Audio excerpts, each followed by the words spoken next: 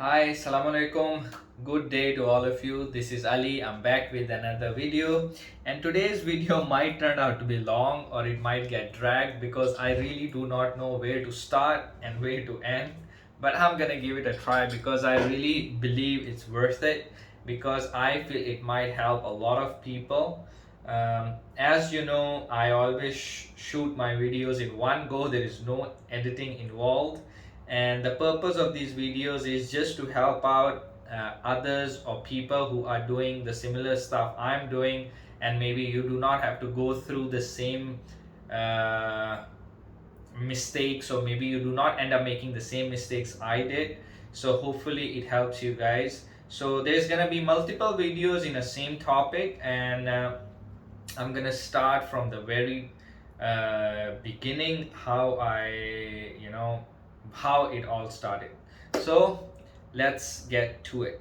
So today's topic, as you know, is all about the beginning of my journey in Ireland. So that is what I'm gonna talk about: where to start, how to get to it. There are a lot of videos how you can make I don't want to talk about it yet. What are the stuff, the PPSN numbers, the other sort of my account, the taxation, etc. I don't want to get into that now. I just want to talk about why Ireland, how did it all start. Was it easy, was it difficult, is it worth it, what do any of you have to do to get to the stage where I am right now, and stuff like that. So basically, when did I start thinking that I want to get to Ireland? So as you all know, I have since 2017 I am focused on writing the Canadian examinations. I am helping my fellow friends, colleagues, doctors through this channel, through these videos, how they can successfully clear the examination. We are helping and corresponding with other doctors to help you out with that as well. I have to accept I have been not very constant. I have not been very steady with the videos. They have always been a time when I have stopped making them. Maybe because I got busy. Maybe I do not feel like making ones and stuff like that. But anyhow, so as I was saying, today's video is about when did this journey start.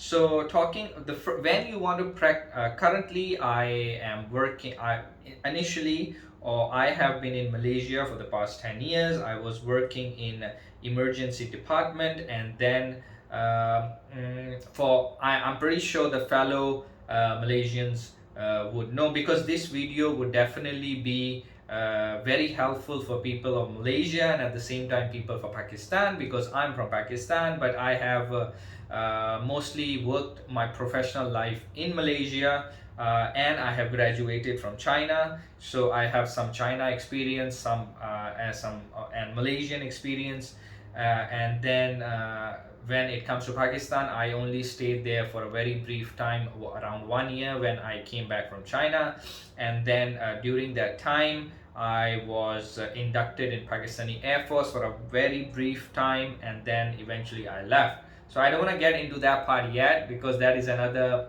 long story. I don't want to get into that now. I just want to focus on this journey to Ireland. So when I came to Malaysia, initially I came across one of my friend. She was from Pakistan, and then I heard from her that since she has done her housemanship in Pakistan, she does meet the necessary criteria to go to Ireland, and she is gonna go down that path, and she eventually did get her Irish medical license, but unfortunately she was not able to secure a job around 2015, and she almost looked for it or searched for it for 1 year. So that was kind of disappointing. So after that, I totally forgot about the whole scenario. I just didn't want to go to Ireland because it was very demotivating and stressful to just hear her experience, how she tried so hard and it was not fruitful at all. So coming back to my situation, people in Malaysia, currently the situation is that if you are a medical doctor, if you are working in Malaysia, I think for the past few years The situation is that every year you have to renew your contract to be working as a medical officer. So renewing your contract is one thing, but sometimes what happens is that there is an element of uncertainty. Sometimes you just have to wait for your contract to be renewed, and sometimes you have already finished your contract and the contract have not come through, and that is the time where it's really uncertain that is your contract going to be renewed, or are you going to be just not given new contract for reasons that which are not very clear, other than there are too many doctors and too less posts, etc. I don't want to get into it. I'm really thankful whatever I have gotten into, whatever contracts I've done, whatever work I've done. But long story short, sometime you just have to wait for your contract to be renewed. So this ordeal, this is somewhat always there. This monkey on your back is always there, that okay, and the year is going to end. After the next year your contract is going to be renewed or not, or is it going to be delayed, and then that time in between you don't know what you're going to be doing. So I was going through the same cycle, and then in 2021, if I am not mistaken, yes, in 2021, I decided that maybe I should proceed with writing. I should proceed with I should proceed with my master's degree. Yeah, that is what I decided, because I thought, okay, this contract thing is getting on my nerves. It's very I'm not very comfortable with it for now. So I want to do my masters. So what masters do I want to do? I decided I want to do masters in public health. This is in June 2021. Yes, June 2021. That is what I decided I want to do my masters. And at the time, June 2021, I did end up applying to the university for my master's degree, and the university, to be exact, was University College Cork, and I was accepted for the program. I paid my 1 semester fee, and then I had my acceptance letter with me, and then I submitted my visa application to the embassy. So now my contract is on the verge of ending, and then I have already applied for my study leave, and at the same time I have done everything in the process, meaning, okay, if my contract is going to end, I'm going to go on a study leave, and then I am going to just focus on my master's degree. After my master's degree, maybe I'll come back, and then I'm going to focus, after I'm a specialist in public health in my hospital. Okay, everything is set, everything is rosy, everything is dandy, I'm all set. So as little what I know, that when the visa when you apply from, okay, if you're Malaysian, you do not need a visa to go to Ireland. But since I am Pakistani and I'm staying in Malaysia for over, I think, roughly 10 years, so anyhow, whatever, I still had to apply for the visa. So I was waiting for my visa for over 8 weeks, and then all of a sudden I get a reply that my visa has been rejected. Yes, the visa got rejected. Oh wow, what a moment that was. Visa rejected does not only mean that I'm not traveling to Ireland, it means that the fee that I have paid in euros after converting from ringgit was a big setback, because I had bought insurance, which was, again, I did not have to buy insurance at that time. And then a fee, again, I had already submitted my fee, but maybe I could have waited my visa to come, and then I could have applied the fee. I think there were mistakes made on my part as well. I was too hasty, maybe because I didn't think that would happen. So again, I lost a lot of money when they refunded me the fee, the transaction changes, and the refund charges and the conversion charges. Wow, that was almost 1/3 of my fee that I had paid was deducted in charges. Again, nobody's fault, it's just my fault, because I didn't do enough research. I didn't study enough the consequences, that I should not be too overconfident. But that is it, you just learn from your mistakes. But I learned in a way that costed me a lot. So yeah, that was it. My visa was rejected. Now what to do? Because when my visa was rejected for my master's degree, uh, at that time I was really kind of dejected that what am I gonna do. So that is the time when I decided that I'm gonna write my MRCAM examinations. Yes, this is the time when because I had already applied for my study leave, and I was gonna go to Ireland, and then my visa has been rejected. So now I have this free time on my hands, and I don't know what to do with it. I ended up I ended up taking this time to write my MRCAM examination. What about MRCAM examination? Another video, just go to my channel, another playlist, check out MRCAM. How did I do? What did I do and how I did it? You can check out the MRCAM. So this is what I did.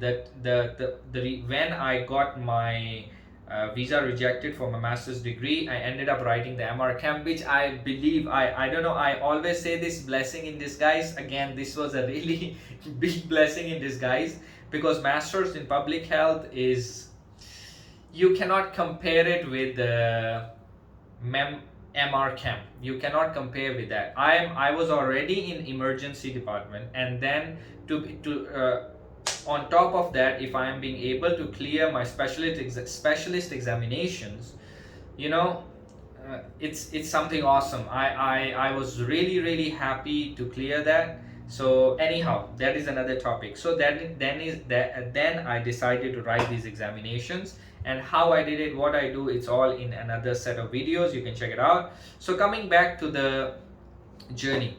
So at the time when I applied for my master's degree in June 2021, that is the same time I also applied for my Irish Medical Council registration as well. So what I was hoping was that maybe once I clear my public health master's degree, by the time I graduate with a master's degree, my IMC would come through, and maybe hopefully I might have a chance to practice as a public health specialist in Ireland, maybe.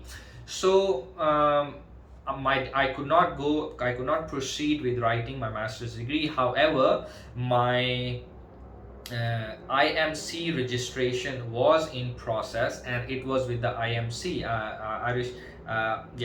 Irish Medical Council. The application was with them. So when I received my result that my visa has been cancelled or visa has been denied, I think this was already somewhere in December.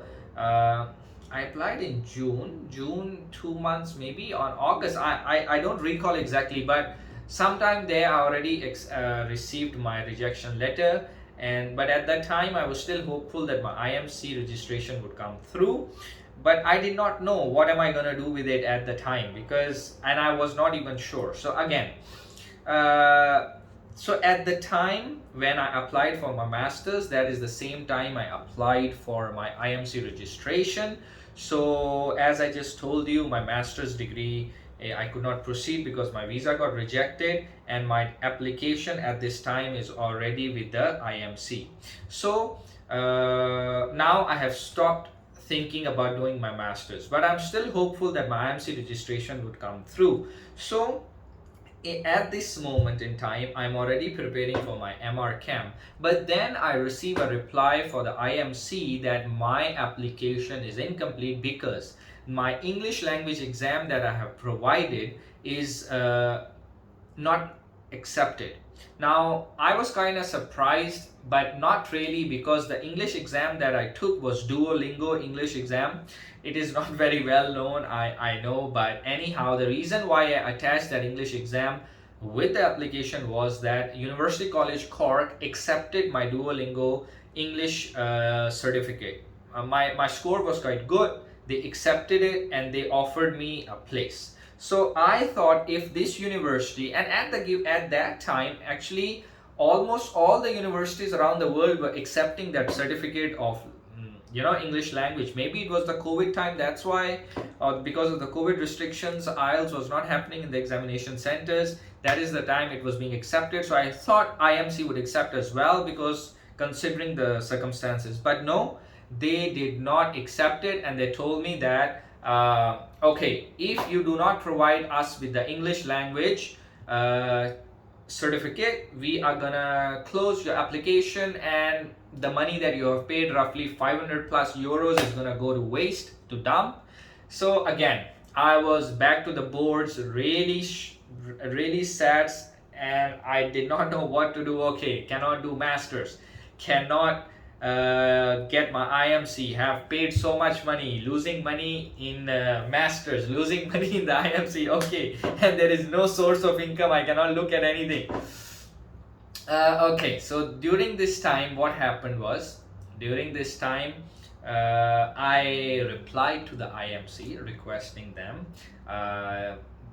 okay, I acknowledge that you need IELTS, and I am willing to write IELTS, but unfortunately, due to the current situation, it's not possible for me to be able to give you this certificate because of COVID. Simple. And they were very kind. IMC was extremely accommodating. They were really helpful. They replied to me back and they said, no problem, Dr. Ali, what we're going to do is we will just temporarily put your application processing on hold. What you can do is you give us the IELTS examination result as soon as possible, and once you do provide us with the result, we would reopen your application to process you for the IMC certification. Okay, that was a big relief, because if they had not done that, and I don't think they had all the reasons to just cancel my application. So I really have to be thankful to them that they were kind. They were very kind to accommodate me. They could have just simply told me, okay, the onus was on you to read through our application matter. You did not, so now we cannot wait for you. Blah blah blah, etc etc. We are canceling. What could I could not have done anything. So I'm really thankful to them for putting my application on hold, and at the same time they gave me time to prepare for my I didn't really have to prepare for IELTS anything. You just have to know the basic concept. And again, one of the person in our group, actually I went to her and did take some guidance from her, and she was really helpful. Again, the credit has to be given. So I did take some help in the what is the thing called? Yeah, in the format of the exam. To get, how did you learn the format? Because IELTS exam is all about format. You have to kill the format to get the best out of it. So if you can master the format, how to tackle each question, each part of it, you can really do it well. So that's what I did. I maybe studied for a week, studied in a sense, just practice the questions of the certain format, and then I ended up writing the exam at the same time studying for my MRChem, and then I was able to pass the IELTS exam with the designated or the required IELTS band. I think IMC's IELTS band is 7 as a whole, and minimum 6.5 in each band. Yeah, that is the requirement. So that is the time I scored my IELTS, and then at this time I had cleared my IELTS, and then after clearing my IELTS result, I had submitted my score or the sheet to IMC for processing my application. So once I submitted them the application, they started processing my application for IMC certification. During this time, I was already preparing for my MRChem exam, but my MRChem exam part 1 I had written in September. So this was the time I was already preparing for my IELTS. So first I wrote my MRChem primary in September, and then in December I wrote my IELTS exam to get my application rolling again. So in December I submitted my IELTS, and then in September I wrote my MRChem primary, and then again everything started rolling. So okay, I'm gonna end the video here because I think we are getting really long. So my summary is how I get to writing MRChem and getting my IMC application rolling. So I will continue this in another video where I will talk about what happened after I cleared my MRChem, what happened after I had already submitted my IELTS letter or IELTS certificate to the IMC. Okay, thank you. Bye bye.